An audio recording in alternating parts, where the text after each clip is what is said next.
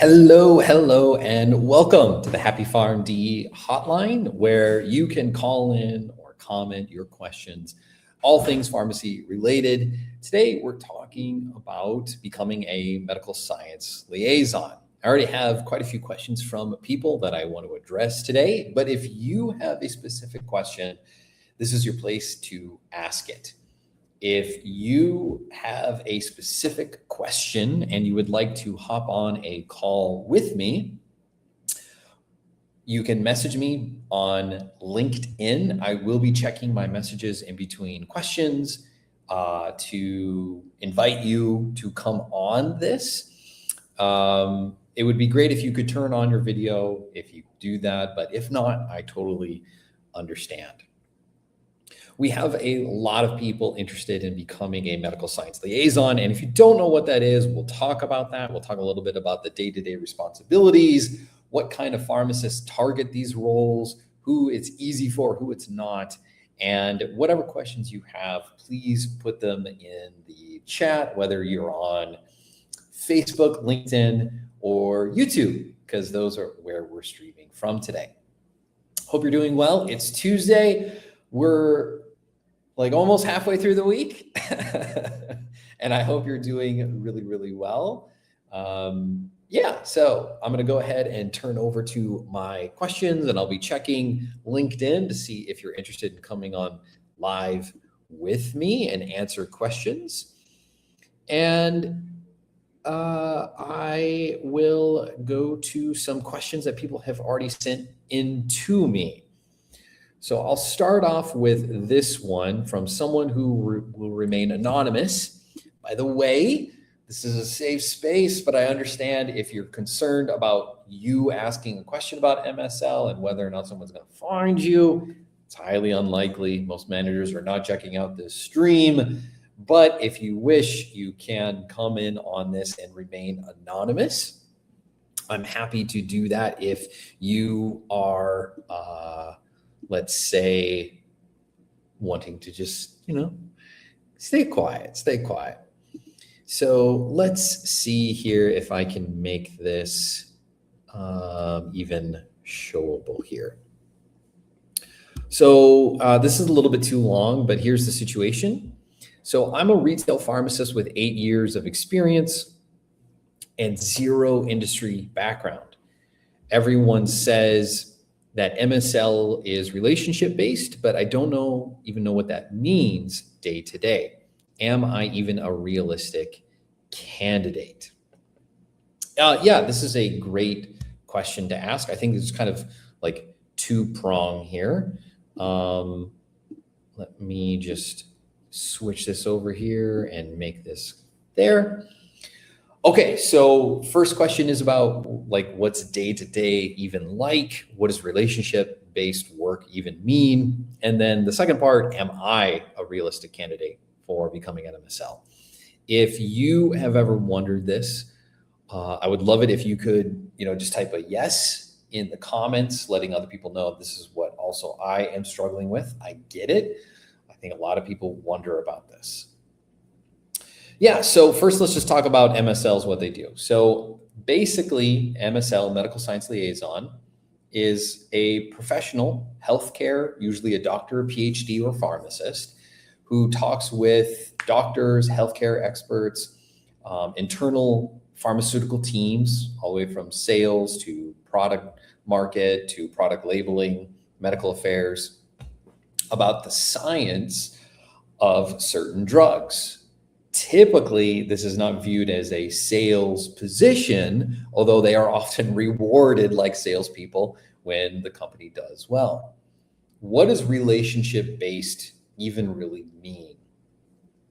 That's a great question. I think pharmacy school doesn't do a very good job at prepping us for what pharmaceutical jobs entail. But usually the kind of people that are attracted to pharmacy are usually those that enjoy relationship-focused work. According to our research, over 90% of pharmacists say that the most gratifying things about their roles are the relationship building. And that's regardless of whether you work in retail, clinical, hospital, or pharma. So when it says relationship-based for MSL, what this means is that you are a liaison, a go-between between the science, or AKA standing up for the company, and working with physicians who use the drugs or have questions about the medications. Sometimes you interact with patients, although that's very limited. Sometimes it's patient advocacy groups. Basically doing a lot of presenting, talking about a medication, and answering questions with people. This is a position that's about trust, which I think makes pharmacists really well suited for this role.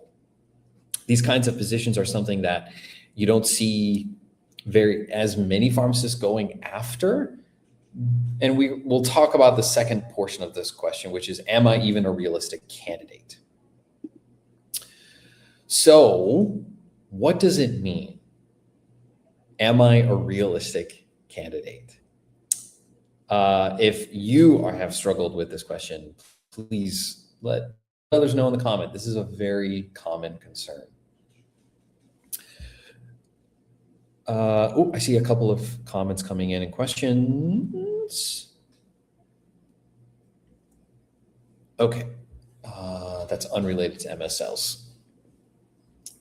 So I can't, without knowing a whole lot more information about you, I can't deem whether you're a realistic candidate or not. But what I would tell most people is that a top candidate for the majority of these roles is someone who has had clinical experience. And by clinical, I usually mean that's the majority of your work. You probably have been residency trained, or you've spent years in a clinical role, and you've had experience with the medication that you would be a specialist on as an MSL. Those are great candidates. Other great candidates could include pharmacists with pharma experience, ideally within medical affairs, roles where you have been presenting or teaching. Academics can become MSLs. We've helped a few people do that. Those are great candidates, but that doesn't mean that it's impossible. It doesn't mean that you can't make the leap from retail to MSLs. But what I would say is that it is very, very difficult.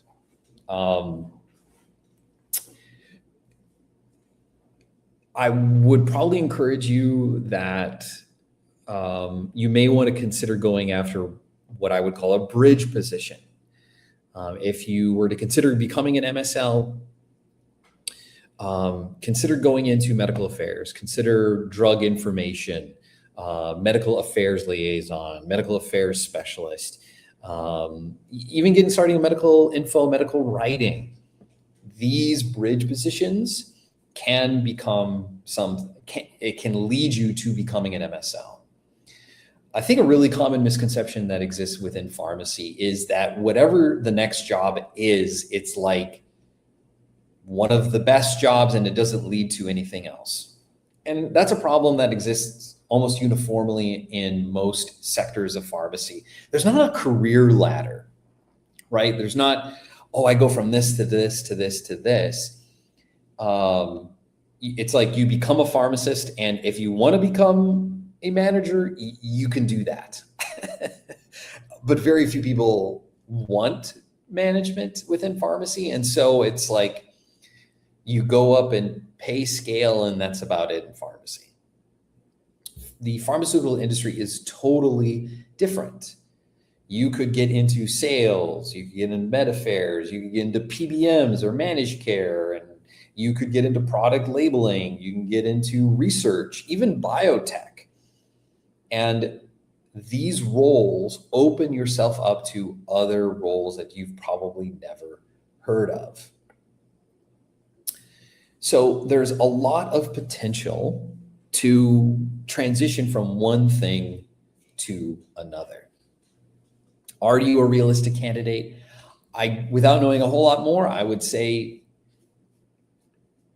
I don't know, statistically, are you going to be a top candidate if you just submit your resume without a job referral, without any contacts, without insider connections, without any pharmaceutical industry or experience or outside projects? If I was a hiring manager, I would probably not consider you a viable candidate. I probably wouldn't. That doesn't mean it's impossible. That doesn't mean that we've seen that transition happen before, but you definitely need to do some work on your resume, on your experiences. You need to get involved. You need to meet people. You need to get job referrals. You need to learn the industry. You need to make a lot more connections. If you have a specific question, feel free to connect with me on LinkedIn. Let me actually just share this for a second. If you connect with me on LinkedIn, you can send me a private message, and I would love to invite you into the studio and answer your question live. Think of it like live coaching, and we can talk through some of the issues that you may be having in pursuing an MSL. I'm seeing a couple of questions come in from YouTube. Let me answer one of them. Hello, Negan. What is your opinion on the specialty of genetics oncology pharmacist? So for context, for people that don't know, genetics and pharmacogenomics in general is something that is used within oncology practice. It is probably one of the few practices that uses PGX or pharmacogenomics the most. There was a few years where pharmacogenomics tried to be its own thing, its own profession. It was even being promoted as something that pharmacists could do on the side and make side income, and that petered out very, very quickly. It was kind of one of those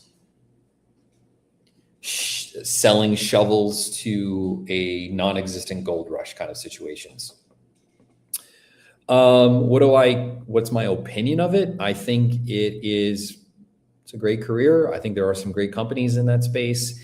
I don't think it's exploding in popularity. I think genetics or pharmacogenomics in general is becoming integrated within most pharmacy practices. So I don't even know if I would really differentiate between those two. This is definitely unrelated to MSLs, but thought I would shout out to the YouTube audience that's here. Again, if you have any MSL questions or career questions, I can try to answer them. It would be great to have you in the studio so I can ask you some questions and get more context about your situation. But with that, I'll move on to the next private question that I received about becoming an MSL. And again, if you have questions, feel free to reach out and ask them. I keep hearing that you need a residency or fellowship to become an MSL. I didn't do either. Is that a hard requirement, or is it gatekeeping? Is it gatekeeping? There's a few other comments here, but that's pretty much the question summarized. Let me put that in the chat here so that I can show it to you as I'm talking through this. Okay, so is a residency required or a fellowship to become an MSL? No, it isn't, but it's a great thing to have. You know, why wouldn't you? If you have the opportunity to do a residency, I would encourage you to go for it. I was at mid-year this past year, and there was like 5,000 students there or something like that, maybe more, I don't know.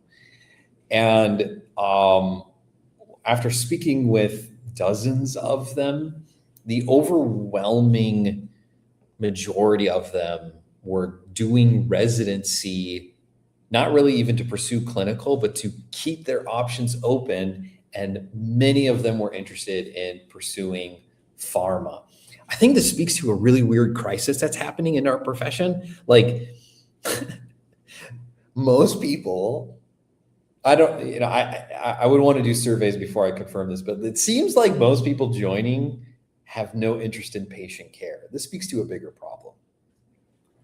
But no, it isn't a requirement to do a residency to become an MSL, but it would be great for you to have it. I think it would help you increase your chances of being interviewed. Is it a hard requirement? No. The way to get around something like that would probably be to pursue a medical affairs job at a bridge position. I think that would be your next best move if you're really struggling to getting noticed. Let's be honest, if you are just blindly applying to jobs from, a job board, you're not a top candidate. If you are blindly applying, no context, no cover letter, no prior experience, the applicant tracking system, or ATS, is going to rule you out. You need a job referral. You need relevant experience. You need to turn your pharmacy experience into relevant experience on your resume to make them understand why your skills are important. Okay, so someone commenting to me privately on LinkedIn, hey, what happened to your background? Yes, so I'm actually in Mexico right now, avoiding the winter weather for obvious reasons. I know we just had this crazy storm. I apologize if you've been going through that or lost power. It really sucks. But my wife, we think she has seasonal affective disorder, and it's been really bad because we normally live in Michigan. And so we're trying this out this year to see how it goes. Okay. Again, if you have questions and you'd like to talk with me live, feel free to reach out to me on LinkedIn. If we're not connected, feel free to do so. And I would love to answer your questions there. Okay, so I'm just checking my LinkedIn messages just to make sure. Okay, here's one.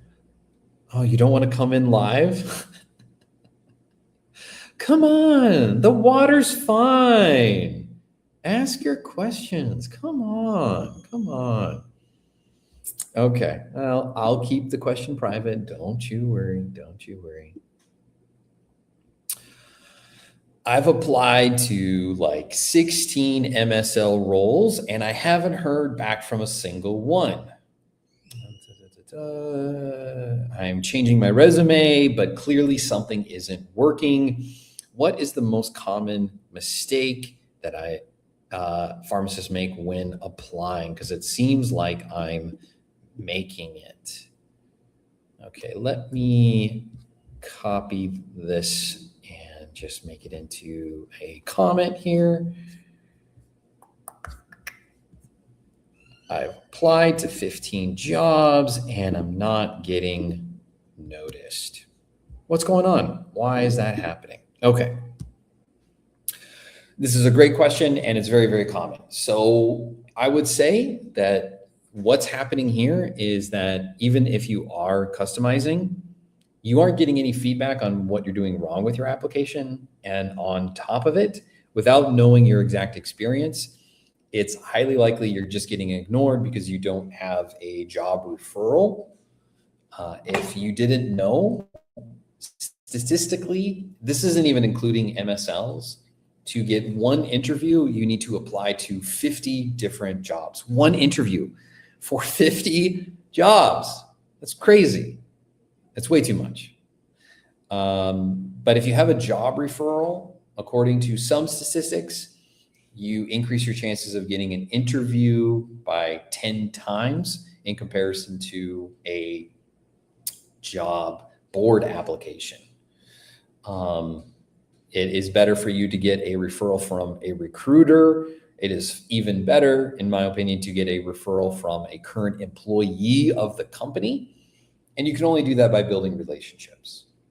I'm not sure what is on your resume, but everyone focuses on the resume like it's the golden goose, the holy grail. If I just had the right words, then I would get asked. It's hardly the case. Like the majority of the time, it's not what's on the resume. It's, does anyone trust you? Does anyone think you're worth recommending for a position? So in my opinion, rather than customizing your resume every single time, spend that time meeting new people, connecting, joining interest groups, going to meetups, attending pharmaceutical conferences, conventions. If you're in a major city, there is very likely not just healthcare meetups, but probably pharma meetups as well. And network, meet new people, ask questions, get curious, start asking better questions than like what's on your resume. The job board application system is a broken progress or system that is, what's the right word? You're geared to fail. I don't know. I'm not saying the right word, but it's like gambling. Rigged. I knew I would think of it. The system is rigged for you to fail. You just statistically do not have a chance to getting asked to an interview, and it's just highly unlikely that you will make any progress if you keep applying through a job board. Yes, there are some people who get through that system. It still happens, just like how someone wins the lottery. But the vast majority of people who apply to a job do not get asked to an interview. So focus on connections, focus on building relationships. The more people who know you, the better your results will be. Okay. Negan, I see your question here. It's a little bit unrelated to the topic, so I'm gonna have to parlay that question as I have other MSL questions.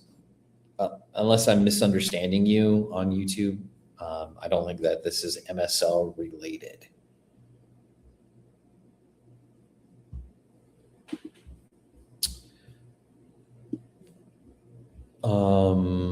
Okay, so this one is LinkedIn related. Okay. My LinkedIn headline says clinical pharmacist, but I want to pivot to MSL. How should I position myself without sounding fake? Yeah, this is a great question. Let's dive into it. So let me put that here. Okay. So let's be real about LinkedIn for a minute. LinkedIn, think of it like a giant conference room, except everyone is on their phone scrolling through, whatever feed or their favorite platforms. The LinkedIn is a great place to meet new people, and to be effective, to build relationships, to have conversations and build connections with people in the MSL world, you do not need to have an amazing profile. If you are in our community on Circle, you'll see some of this information. By the way, our community is, free to join. We have CE certified courses in here. In our free course, Networking Mastery, which is right here. In Networking Mastery, we have a bunch of short video courses about, this doesn't show it, does it? There's courses in here that show you how to connect with others. And in one of them, we explain our 8-4-2-1 rule, where we show you how to connect with people on LinkedIn. And we've tested this with bad profiles, with just the word pharmacist and a name on the profile, no profile picture. And over again, people are willing to connect on LinkedIn with you and answer your questions, even if you have a really bad profile. The reason why I'm saying this is because I know for a fact, if you're a pharmacist, you're a perfectionist, and you want to have a really great profile before you reach out to people. And we've tested this with bad profiles, and you do not need a perfect profile to start reaching out and to talk to people. Now, that being said, how do you position your profile to be something that is attractive to becoming an MSL? Well, one of the things that I would first recommend is that you pick your specialty. So whatever industry you're wanting to get into, whatever your oncology, I don't know, HIV, I don't know, genomics, ICU drugs, whatever your specialty is, double down on that specialty and share that in your description, because you have a far better chance of connecting with pharma professionals in that specific niche if you tell them in your headline. What you don't say is something like medical science liaison, trained, and pharmaceutical industry background, relationship-based expert. Don't highlight your skills, in my opinion. Instead, focus on the specialty of what your work has mainly been about. If you want to be bold, I would encourage you to go a step beyond and maybe share an amazing accomplishment, something you're really proud of in your career that you think would highlight the skills that you have that would make yourself look good in the pharmaceutical industry. So this could be something education-based. This could be something presentation-based. Maybe it's advocacy related. Maybe it's something related to an association. Maybe it's some sort of, I don't know, drug formulary thing. Whatever your greatest accomplishments are, your headline is a great place to put it. Especially if it's succinct, it can be said, I think you have a limit of 200 or 300 characters in your headline, something that's short and quippy. The other approach that you could take with your headline is something like, I help blank do blank. This is really, really common outside of pharmacy. This is typically people who try to communicate with other professions, which you'd be doing as an MSL. So it could be something as simple as like, I help pharmaceutical companies make complex medical information easy to understand for physicians, or something to that effect. I think that could be useful, but your headline is not as important as you probably think it is. Again, don't let it stop you from connecting with others. Just because, statistically, from the different methods that we've tried of growing people's networks on LinkedIn, you're fine. Reach out, ask questions. Don't ask for their full life story. Don't ask them if they can refer you to a job in the first message. Be a real human being and connect with others, and you will do absolutely fine. Again, if you have any questions whatsoever and you would like to talk with me live, get some live coaching, let me know. Send me a message. Okay, I'm seeing one person in particular. Oladell, hey, I see your message here. This is a little bit outside of our expertise, but I will include it here. I won't invite you in just because typically this is not our expertise, and you'll understand what I mean here in a second. Let me go ahead and put your question here, and I'll do my best to address it.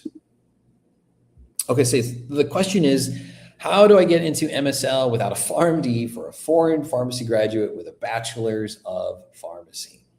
So the first thing I would say is having a bachelor's doesn't prevent you from becoming an MSL.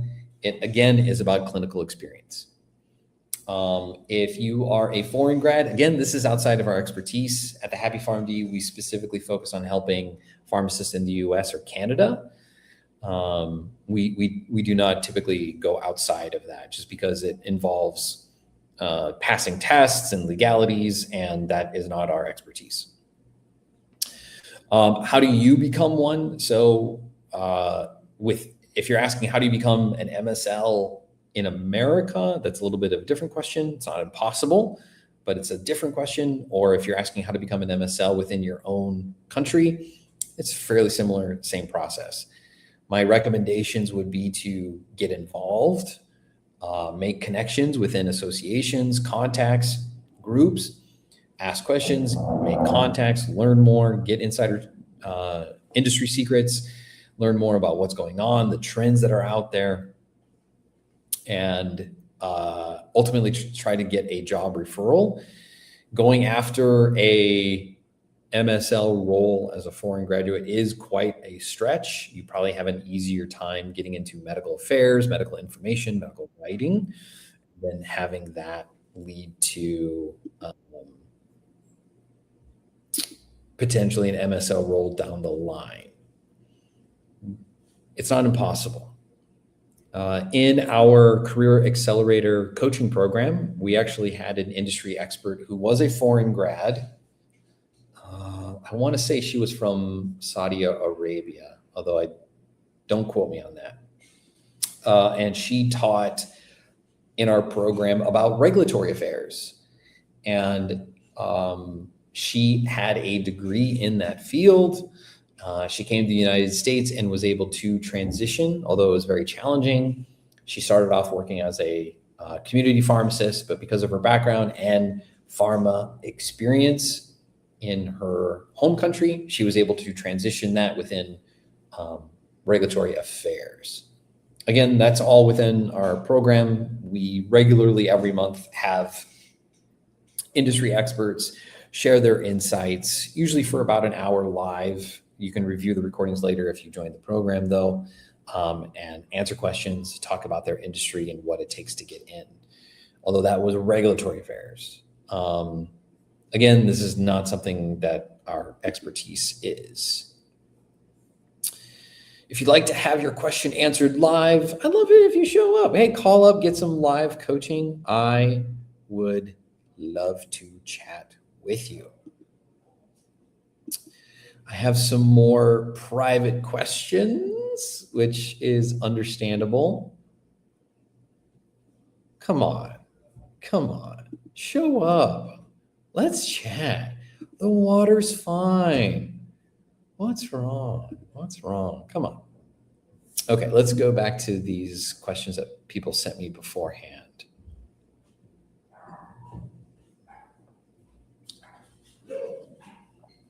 Okay, here's one.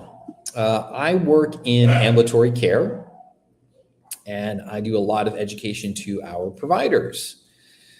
I understand that being an MSL requires this kind of work in most jobs, but how do I translate what I do now into that language that hiring managers actually respect?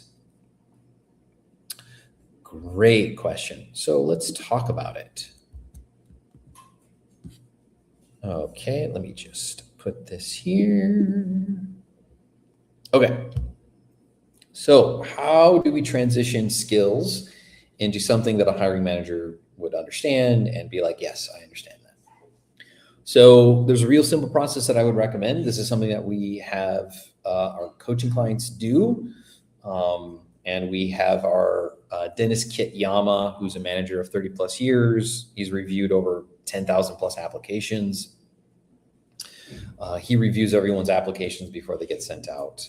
And what he would have you do if you weren't able to make this transition from that language is to use our, what we call Alex AI. This is our own privately trained industry expert that knows everything I know, and it would help you transform the language. On a simple level, you look at the language of the job description and you take your skills to match said language. You would learn more by talking with people at the company to understand priorities, key performance indicators, KPIs, metrics, those sorts of things, to try to transition your skills to those. If this sounds foreign to you, at a really high level, every job can be boiled down to a hard or soft skill. So if you've this pharmacist is right, they've been educating providers, MSLs educate providers. How do I transition? So you take that skill, you boil it down to what is the skill, education, and then you transition it to the industry language. You can do this a couple of ways. One is by looking at job descriptions. You could look at industry reports, which is something we often recommend people look at if they're transitioning into a new field. You can look at company reports. You can look at other job descriptions as well, although I would tend to focus mainly on the employer that you're targeting. Hopefully you've made some insider connections and you can ask them questions about metrics, other insights.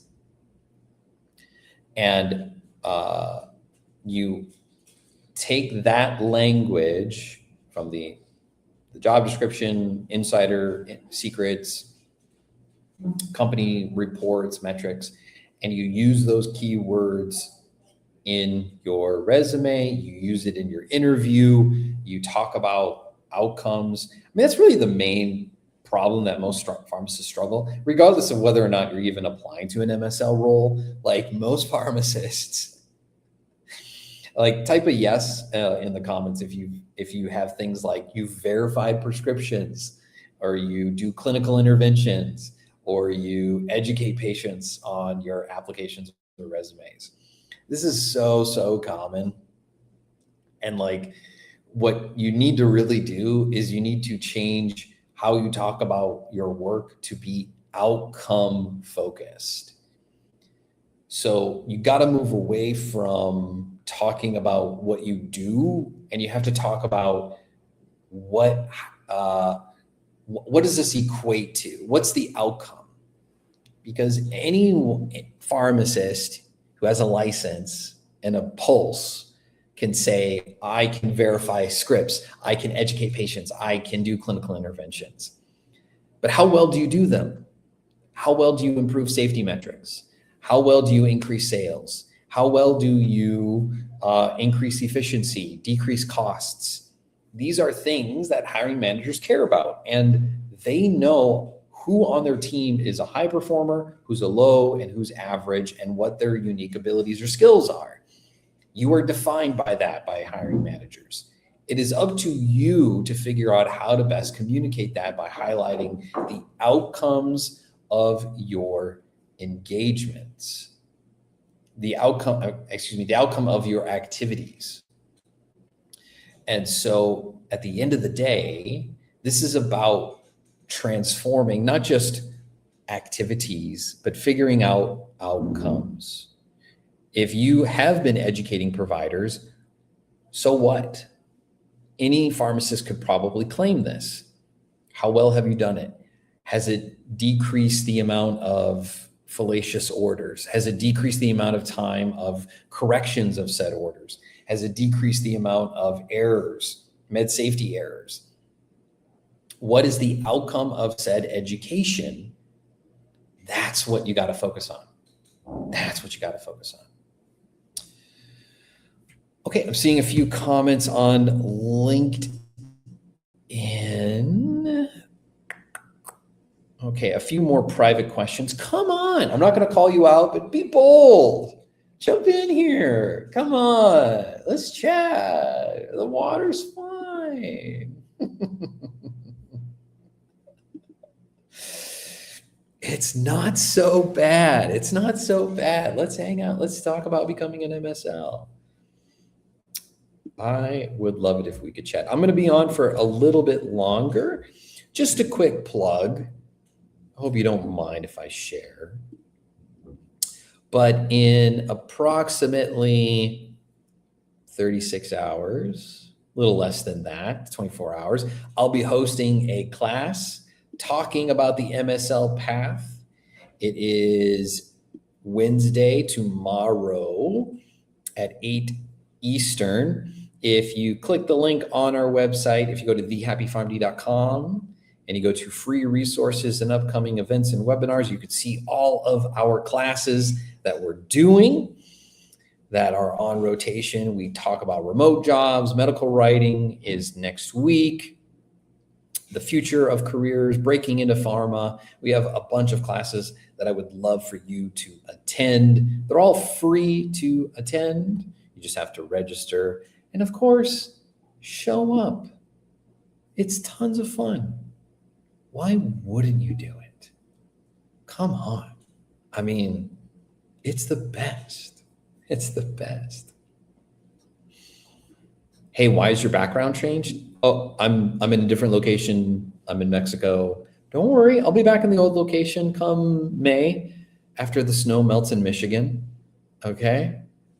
It's a rough place to live. Affordable housing, I mean, not anymore. It was when I bought, but I don't want to be there right now. I don't want to be there right now. So we're currently in Mexico right now. That's why there's a different background. Okay, I think I have maybe time for one or two more questions here. Let me pull up one of the private ones.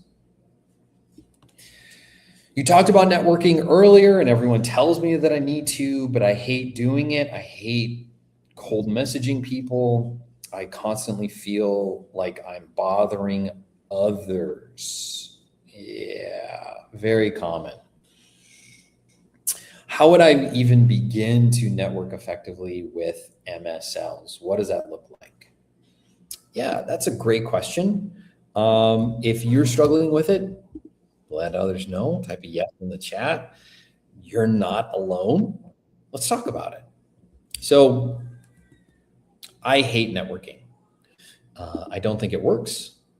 I think it's sleazy. I think it's something that salespeople do, marketing people do, and I think it rarely works.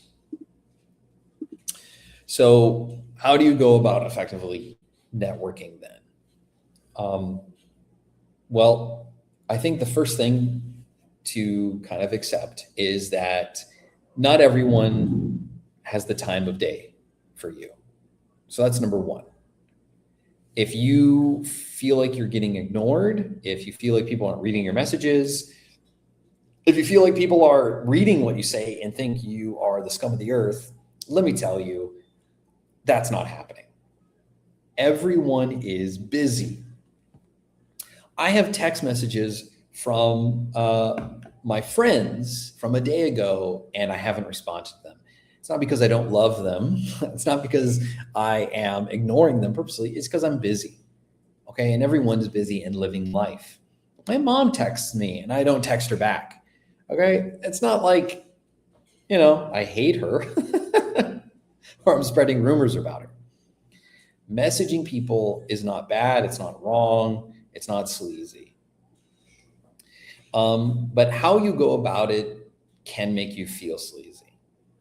If you are trying to meet MSLs, imagine that you are at a live conference and everyone there is an MSL, and you're wondering, how do I connect with these people? How do I build a relationship? How do I talk to them? How do I get a job referral? Because ultimately, like, that's what you are, I'm assuming what you want.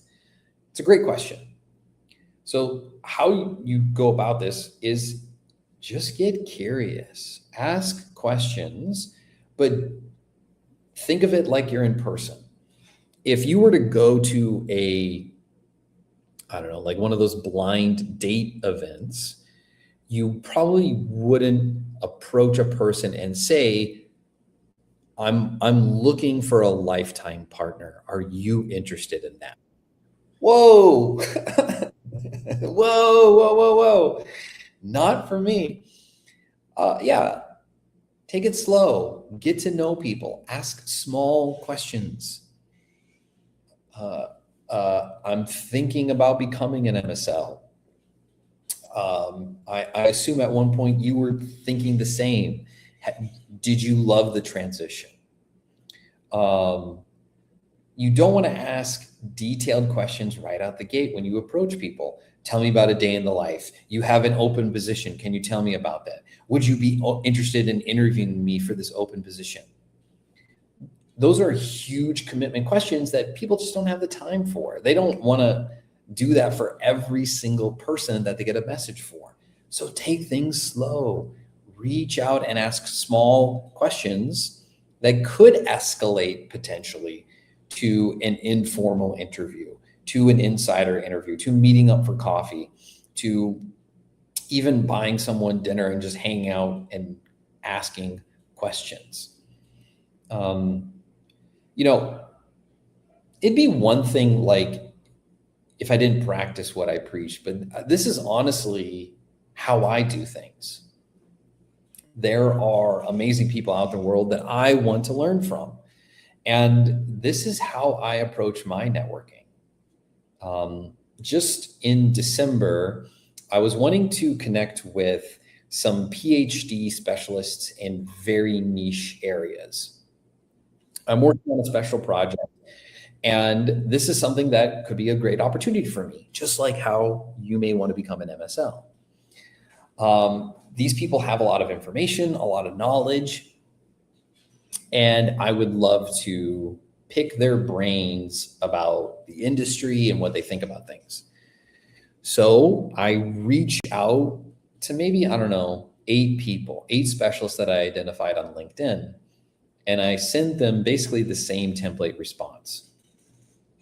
Hi, I'm Alex. I'm a pharmacist, entrepreneur, and I'm building something in your industry. I know everyone is busy, but you have a lot of knowledge, and I would love to buy you virtual coffee if you have time. If you're too busy, no worries. And I don't have the exact stats in front of you, but I know that not everyone responded to me. But I was able from these to have 2 in-depth conversations with 2 specialists, and they gave me a lot of knowledge. They answered a lot of questions for me, and they ultimately are helping me make better decisions what's next for me and my career. Whether you think of like my business as my career or not, makes no qualms to me, but I'm wanting to learn. In the same way, you could reach out to MSLs. You could ask them, hey, I know you're busy. Don't feel bad by saying no or not. Don't even respond. Expect rejection. This gives people an out, because one of the worst, like what usually happens for people is the reason why they don't want to respond to your outreach is because you're asking way too many questions. Can you tell me about a day in the life? Can you tell me about what you hate about your job or what you love about your job? Can you refer me to an open position? Would you be willing to chat with me? You wouldn't ask that to someone that you just met. And while it may work a very small percentage of the time, most pharmacists don't love like rejection or constant rejection. So take things slow. Enjoy the journey. Get to know people. Let them know that they can say no to you, to your requests. This gives them an out. But this is the exact approach that I use in my own career. It's what we recommend our clients do. And for me personally, it's led to, I've hired people because of this. I've been hired by others for consulting work or jobs. It's led to speaking engagements for me. Like it's led to friends, lifelong mentors, actually. In fact, one of them, David Maddow, he's a dentist and entrepreneur friend of mine. And, he's been mentoring me throughout the years. And if it wasn't for this strategy, I wouldn't have that relationship, which has been essential for my career, my growth. Because I'm not done learning, even though I know I look ancient if you're under 30. In my earlier days on YouTube, I didn't have facial hair, and I got told that until I got out of my mom's basement and grew a beard, I wasn't allowed to make any more content online. So there's a reason why I have a goatee. Okay, I see some more comments on LinkedIn, and I think at this point, I am gonna wrap it up. So thank you for some comments. If you send me a message later, I'll try to answer it, but I don't know if I can promise that. I do want to do more of these hotlines in the future. I really enjoy answering questions, and I enjoy talking with people. So if you're interested in jumping in live, I would love to do that with you so that I could ask more questions about your situation. Thank you so much for tuning in live. I really appreciate your time. And if you're interested, you should totally hang out with me. This Wednesday and Thursday, we are hosting in-depth class about remote careers and pharmaceutical jobs. If you go to thehappypharmd.com and you go over to our free resources tab, you'll see all of our upcoming classes and events, the times that are available. You just click on one of them, fill out some information with your name and contact information, and we would love for you to attend our classes. Thank you again so much for hanging out with me. Let me know if this was good, if you got something from this, if you learned something from our time today, me answering questions. I'm always curious about how we can do this fun or more differently in the future. But until I see you in the next video, stay curious and